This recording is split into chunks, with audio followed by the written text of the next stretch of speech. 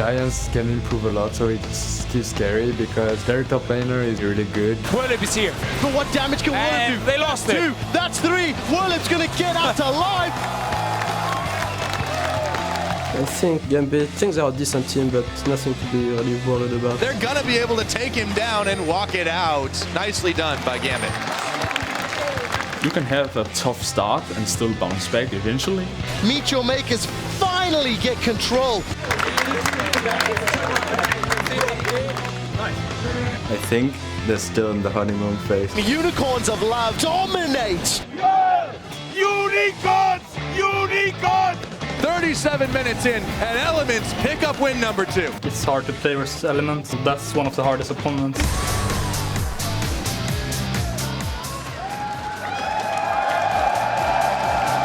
Welcome back to Week 3 of the European League of Legends Championship Series Spring Split.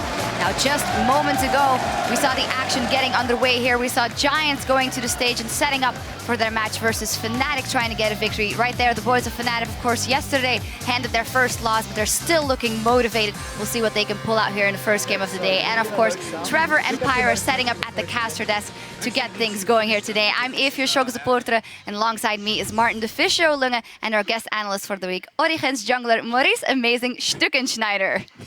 Well, glad to have them here again. Let's kick things off by taking a look at our standings. Holding the #1 spot alone for the first time this split is the undefeated SK Gaming. Elements and Fnatic are tied for second at 4-1, and the Unicorns of Love are right behind them at 3-2. At the bottom of the table is Gambit Gaming, who still find themselves without a win. And the Fischo, well, it's now only one team at the top of the tables, and that's SK. Yeah, and again, they have looked like the best team here in Europe, but they're playing Elements later. Last game of the day, so everyone needs to watch, of course. Then we really get to see what they can do against the top teams and if they are the by far best team in Europe or not. Yeah, yesterday we saw one undefeated squad take their first loss, while the other will try to keep their streak going today. As mentioned already, SK Gaming reigning solo at the top of the table. Forgiven did die yesterday, but that didn't stand in the way of SK closing the deal. Yeah, SK, even though they seem to struggle with ward coverage and actually can get in control of the map in that game, because they actually had HK coming in, getting good team fights off, they didn't lose. They managed to eventually play the map as they always do, with a 3-1 split coming in and basically counter HK out and don't allow them to get any more team fights going for them. And Svensson also in that game really showed again, he's the best jungler in Europe right now. He used Nidalee, killed Lulix at the red buff early on, and overall, as long as he does so well in the early game, SK is going to win. And SK is at the top of the table. Fnatic, on the other hand, they were handed their first loss by the hands of the Unicorns of Love. Even though the Unicorns of Love fell behind early, they hit the pause button and they came back in the game, and Fnatic ultimately dropped the ball. Yeah, Fnatic showed that their trust can somehow blindfold them. They showed that the overcommitment that they sometimes come away with wasn't working against this kite comp that UL was running, and UL was actually able to capitalize and trying to counter-engage and bait Fnatic more or less in multiple team fights, where we see Annie flashing in, trying to get the tippers off, and she's being charmed away and basically losing again to that. And honestly, in the game yesterday, was probably the worst performance for Fnatic. If you look at the individual members, we have Febiven, despite him going 9-0 on LeBlanc, he didn't actually do anything in the team fights. He just kept killing Hylissang over and over. Yellowstar missed quite a lot of flash tippers. Huni and Nar barely hit any ultis in the late game either. So there were some problems for Fnatic as a team, and that was also why they lost in these crucial team fights. Yeah, we'll see if it's an off day or if it will be continued here today as well. We saw some surprise picks here in Europe once again. Nidalee jungle, 3 wins on the board, but differing play styles and the way that she got ahead in some games. Well, Svenskeren absolutely proved how strong she is. Then Jankos had a little bit of trouble in the mid game, but overall 3-0. Yeah, Nidalee definitely has early game potential. Svenskeren abused it to the fullest, where he scouted out at least his jungle path, killed Lulix on his red buff, and allowed himself to snowball the game. But we saw the other side too. We saw Jankos struggling to a certain extent, basically not getting any plays off mid game, because quite frankly the champion is really bad when she's not ahead. Yeah, but he did get 20 stacks in the end, so of course it was worth for Jankos. Another champion we actually did see yesterday was Fizz in the top lane twice. Trinity forced into Blade of the Ruined King. And honestly, I saw people on Reddit say they didn't really like the pick. I think it's okay, but you have to play the split pushing game and not join team fights when you don't have any tanky items, and that's where we saw the mistakes, especially from World League on Giants yesterday. Kept team fighting, never really got to do too much, but I think it's an okay pick in the top lane.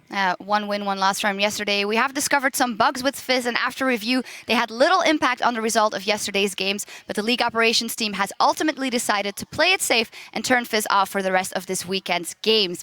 And now let's take a look back at your LCS big plays from yesterday. Your second most talked about play comes from H2K's game versus SK Gaming from @MadSats writes, "Whoa, Odoamne's Lissandra ulti, damn."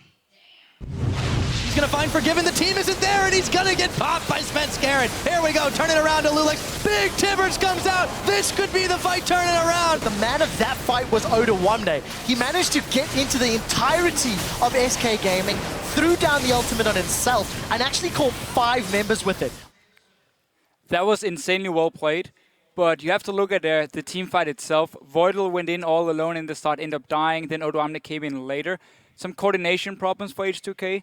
Overall, though, when we have Odoamne, when we have Lulex, they are the 2 star players on that team, and they have to carry like Odoamne did in this team fight here. And our number 1 LCS big plays comes to us from @MindGames Weldon. Now that is a Rengar lane gank. Close to wandering in. Also Shook, though, popped on the hunt. Looking for Corey, jump down, instant bola, and they've got him locked up. That was so well executed. Shook went for the flash engage. While flashing, threw out the baller strike. Very well executed. Well, you could definitely see that Shook didn't spend too much time in the ES yet, because his Rengar was really efficient, and his ganks on mid lane, especially communicating with Throng, shutting Corey down to the fullest. Really insane play. Absolutely lethal. Thanks for those tweets. And remember to keep sending them in throughout the day by tweeting @LL Esports and using that hashtag LCS Big Plays. Now, that was yesterday. Let's see what we have in store for you today. In just a few minutes, Fnatic will take on Giants, and then we'll close out our week with a clash of the Titans of Europe as Elements face off against SK Gaming. Ton of good matches today, but what a firecracker at the end of the day. Yeah, of course, that's going to be the big game here. Everyone wants to see what SK can do and if Elements are underperforming or not. Because it's kind of weird, they're second place right now, tied with Fnatic, won 4 games, and yet we keep talking about them underperforming, too many mistakes. I mean, we have very high expectations, and we have to see now against SK if they can actually pull it off. And as always, you can keep tabs on the standings, schedule, rosters, and more at LLesports.com. And while you're there, check out the latest power rankings from our panel of experts and stay on top of the competition around the world. Now, with Amazing joining us on the desk this week, we wanted to offer his expertise to you. Whether you have a question about jungle itemization or want to know for sure what the best Nunu skin is, hop on Twitter today and ask Amazing. Be sure to tweet @LOL Esports and use that hashtag #AskAmazing. And that's just silly because everyone knows what the best Nunu skin is. Ha, ha, ha, ha, ha, ha. Anyway, but for now, we're going to look at our first match of the day between Fnatic and Giants Gaming. Starting off with the lineup for Fnatic on the blue side in the top lane, it is Huni jungling for Fnatic, Rainover holding the mid lane, Febiven, AD carry, Steelback, supported by Yellow Star, and their coach, Daylor. As said, they were handed their very first loss of the LCS when they lost versus the Unicorns of Love. They got ahead early, they fell off later in the team fights. Yeah, it was some messy team fights by Fnatic later on. Again, we talked about it earlier, how there was a lot of individual mistakes in these fights. You have missed tippers or an ulti from Huni on Nard. They completely missed everything. And overall, I think Fnatic as a team, I actually think it's good for them to lose a game and realize, okay, we are not invincible and we can actually still lose late game team fights despite us playing so well early on. So now we have seen them in week 2 struggle against Rocket, go full late game before they won the game, and now also lose to Unicorns of Love. So clearly there are some things they have to look at and fix going into the next few games.